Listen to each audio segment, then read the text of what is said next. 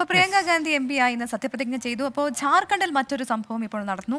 അതെന്താണ്? മുഖ്യമന്ത്രിയായി ഹേമന്ത് സോറൻ വീണ്ടും സത്യപ്രതിജ്ഞ ചെയ്തിരിക്കുന്നു. തലസ്ഥാനമായ റാഞ്ചിയിലായിരുന്നു സത്യപ്രതിജ്ഞാ ചടങ്ങ്. ചടങ്ങിൽ പങ്കെടുക്കാൻ ഇന്ത്യ സഖ്യ നേതാക്കളും എത്തിയിട്ടുണ്ടായിരുന്നു. വിവരങ്ങളുമായി അച്യുതൻ ചേരുന്നുണ്ട്. അച്യുതൻ, അങ്ങനെ സത്യപ്രതിജ്ഞ ചെയ്ത് അദ്ദേഹം അധികാരമേറ്റിട്ടുണ്ട്. അദ്ദേഹത്തോടൊപ്പം മറ്റ് മന്ത്രിമാർ ആരെങ്കിലും സത്യപ്രതിജ്ഞ ചെയ്തിട്ടുണ്ടോ? എന്തൊക്കെയാണ് അവിടെ നിന്നുള്ള വിവരങ്ങൾ?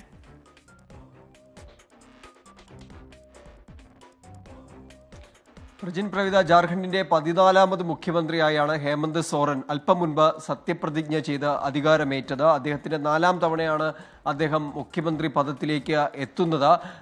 ഈ തെരഞ്ഞെടുപ്പിൽ, ജാർഖണ്ഡ് നിയമസഭാ തെരഞ്ഞെടുപ്പിൽ 81 സീറ്റുകളിൽ 56 ഇടത്താണ് ഇന്ത്യ മുന്നണി വിജയം നേടിയത്. അതിനുശേഷം ആ ചടങ്ങ് തന്നെ ഇപ്പോൾ ഒരു വലിയ ചടങ്ങാക്കി മാറ്റിയിരിക്കുന്നു.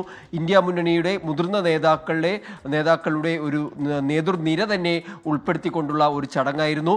കോൺഗ്രസിന്റെ ഭാഗത്തുനിന്ന് പാർട്ടി അധ്യക്ഷൻ മല്ലികാർജുൻ ഖാർഗെ, രാഹുൽ ഗാന്ധി ഉൾപ്പെടെയുള്ള നേതാക്കൾ, കർണാടകയിൽ നിന്നുള്ള DK ശിവകുമാർ ഉൾപ്പെടെയുള്ള നേതാക്കൾ, DMK-ക്കായി തമിഴ്നാട് ഉപമുഖ്യമന്ത്രി ഉദയനിധി സ്റ്റാലിൻ, അതുപോലെ RJD-യുടെ നേതാവ് തേജസ്വി യാദവ്, സമാജ്വാദി പാർട്ടി അധ്യക്ഷൻ അഖിലേഷ് യാദവ്, അരവിന്ദ് കെജ്രിവാൾ ഉൾപ്പെടെയുള്ള ഒരു നേതൃനിര തന്നെയാണ് കാണാൻ കഴിഞ്ഞത്. ഒരു ശക്തി പ്രകടനമായി കൂടി ഈ വേദി മാറി എന്നുള്ളതാണ്.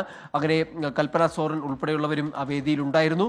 14ാമത് മുഖ്യമന്ത്രിയാണ് ഹേമന്ത് സോറൻ അധികാരത്തിലേക്ക് എത്തിയത്. കഴിഞ്ഞ തവണ അദ്ദേഹത്തിന്റെ സർക്കാരിനെ അസ്ഥിരപ്പെടുത്താനുള്ള ശ്രമങ്ങൾ നടന്നെങ്കിലും ഇത്തവണ അധികാരം വീണ്ടും നിലനിർത്തുകയായിരുന്നു. അതിനു വേണ്ടിയിട്ടുള്ള ഒരു കഠിനമായ പരിശ്രമം അത് ഈ കഴിഞ്ഞ തെരഞ്ഞെടുപ്പിലുടനീളം JMMന്റെ ഭാഗത്തു നിന്നുണ്ടായത് നമുക്ക് കാണാൻ കഴിഞ്ഞ. യെസ് അച്യുതൻ, എന്തായാലും ജയിലിൽ പോയതും അതൊന്നും അവിടെ ജാർഖണ്ഡിൽ തെരഞ്ഞെടുപ്പിൽ പ്രതിഫലിച്ചില്ല. വീണ്ടും ആ സംസ്ഥാനത്തിന്റെ മുഖ്യമന്ത്രിയായി ഹേമന്ത് സോറൻ വരുമ്പോൾ കൂടുതൽ ശക്തിയോടുകൂടിയ തന്നെയാണ് അദ്ദേഹത്തിന്റെ ഈ 4ാം ഊഴത്തിലെ സത്യപ്രതിജ്ഞ ചടങ്ങും. ആ രീതിയിലുള്ള നേതാക്കളെല്ലാം, ഇന്ത്യ സഖ്യ നേതാക്കളെല്ലാം തന്നെ അവിടെ പങ്കെടുത്തിരുന്നു. അപ്പോൾ ഇനി എന്താണ്, എങ്ങനെയാണ് ഭരണം മുന്നോട്ട് കൊണ്ടുപോകുന്നത് എന്ന് നമുക്ക് കാത്തിരുന്ന് കാണാം.